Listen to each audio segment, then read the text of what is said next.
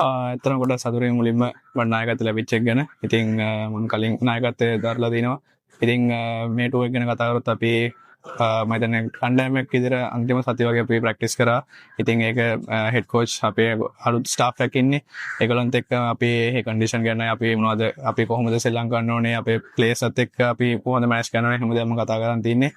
ඉතින් බලද්දී අනිත් රටවල් එක වාදී ටිකක් වෙනස් තනදෙලිය කන්ඩිෂන් හැමදේම වෙනස්. ඉතින් අපි ඉක්මනට ගිහම ඒකට හුරු වෙන්න ඕන. ක්‍රීඩකයන්ට ඒක මම හිතන්නේ බලපාන්නේ නැහැ. ඉතින් අපි කවුරු අපේ පරිපාලනයට ආවත් අපි එන කට්ටියත් එක්ක අපි අපේ ක්‍රිකට් අපි සෙල්ලම් කරන්න ඕනේ. ඉතින් අපිට තියෙන්නේ අපේ ජොබ් එක ක්‍රිකට් සෙල්ලම් කරන්න. ඉතින් ඒක පරිපාලන පැත්තේ ඒක ක්‍රිකට් බෝඩ් එක ඩිසයිඩ් කරන එක ලංකාවද තියාගන්න කවුද නැති වෙන්නේ කියන අපේ යුතුයකම අපි කවුරු හිටියත් අපේ ක්‍රිකට් එක අපි සෙල්ලම් කරන්න. අතරම අපි මම හිතන්නේ අන්තිම කාලේ ඕපන් කරේ පැතුමේ කමිල් මිෂාරයි. ඉතින් ඒ දෙන්න කමිල් මිෂාර නව ක්‍රීඩකයෙක්. ඉතින් අපි යාට අවස්ථාව දෙන්න ඕනේ. යාගේ ක්ලබ් රිදම් එකට එයා සෙල්ලම් කරන එනකන්. ඉතින් ආපු ගමන් ගොඩක් අමාරුයි. ඉතින් ඉන්ටර්නැෂනල් ක්‍රිකට් එකේ.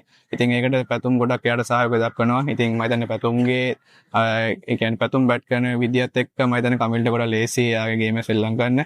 අපි යාට රෝල් එකක් දීලා තිනවා කලින් ඉඳන්ම එයා කොහොමද සෙල්ලම් කරන්න ඕනේ කියන එක ගැන. ඉතින් යාට ඒ ගැන අයිඩියා එකක් තියෙනවා. අතරම අපි ගොඩක් කතා කරලා හොයලා බලද්දී තනිකරු ටිකක් බවුන්ස් තියෙන තනිකරු තියෙන අපි ගියාට පස්සේ අපිට CSC එක කන්ෆර්ම් කරගන්න වෙන්නේ.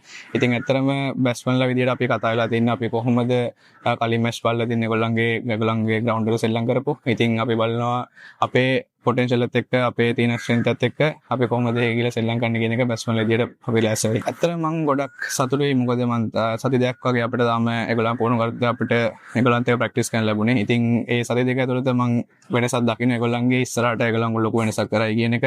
ඉතින් ඒගොල්ලන්ගේ අයිඩියාස් මම හිතනවා අපිට අය හෙඩ් කෝච් මම හිතන්නේ එයා ඉන්දියාවේ කලින් කෝච් කරලා තියෙනවා. ඉතින් එයා ඒෂියන් කන්ට්‍රි එක කරලා තියෙන නිසා මම හිතන්නේ එයාට ගොඩක් ලේසි වෙයි කියන එක.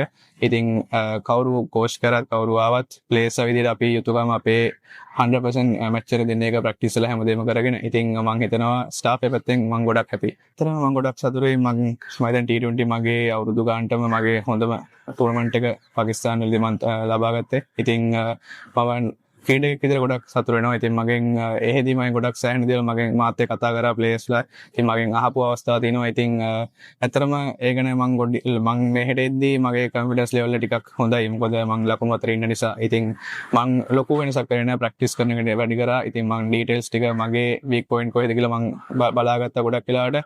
ඉතින් මම බලනවා ඒ වගේම නැෂනල් ටීම් එකත් ඇවිල්ලා ඒ විදිහටම සෙල්ලම් කරලා බලාපොරොත්තු වෙන්න. අතරම ප්ලේයින් ප්ලේයර් එකක් තමයි කිව්වා ගොඩක් වෙනස්. ඉතින් බෝලර්ස්ලාට මම ගොඩක් වෙලාවට සීනියර් අපේ බෝලින් යුනිට් එකක් ඉන්නවා දුෂ්මන් චමීර, අසිස් ෆර්නැන්ඩෝ ඒ දෙන්න තමයි අන්තිම කාලේ වන් ඩේස්ලා හොඳට කරලා දෙන්නේ. ඉතින් ඒ දෙන්නට තමයි මම ගොඩක් රෝල් එක දීලා තින්නේ බෝලින් පැත්ත බලන්න කියන එක.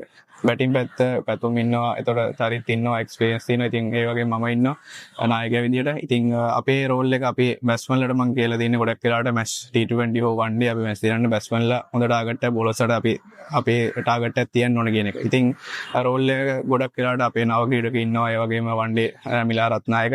ඒ කියන්නේ එයත් ක්ලබ් සීසන් එක හොඳට කරලා තින්නේ. ඉතින් අපි එයාට දීලා තියෙන රෝල් එකත් අපේ ගොඩක් වෙලාවට වෙනස්. ඉතින් එයාට කියලා තියෙන ආගේ මොකද්ද බලාපොරොත්තු වෙන්නේ කියන එක.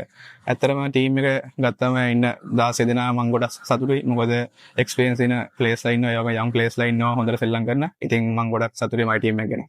ඔව් ඇත්තටම දීර්ඝ ඉනිම අවශ්‍යයි. ඉතින් අපි බලන්න ඕනේ එදා දවසේ කොහොමද අපි ලකුණු 100ක 100ක් ගැහුවේ නැතුණත් 50 3-4කින් අපිට මැච් දිනන්න පුළුවන්. ඉතින් බලන්න මම හැම විශ්වම කියන්නේ මම කලින් ඉඳන්ම කියලා දින්නේ බැට්ස්මන්ලට සෙට් එකක් ලොකුයක් ගහන්න ඕන. ඒත් ඊළඟට අනෙක් කෙනා හිතන්න ඕන එයා බැට් කරන්න ගියත් එයා ලකුණු අතර ඉන්න ඕන කියන එක. ඉතින් මොකද ලකුණු 30 40 කියන එකත් ගොඩක් වැදගත්.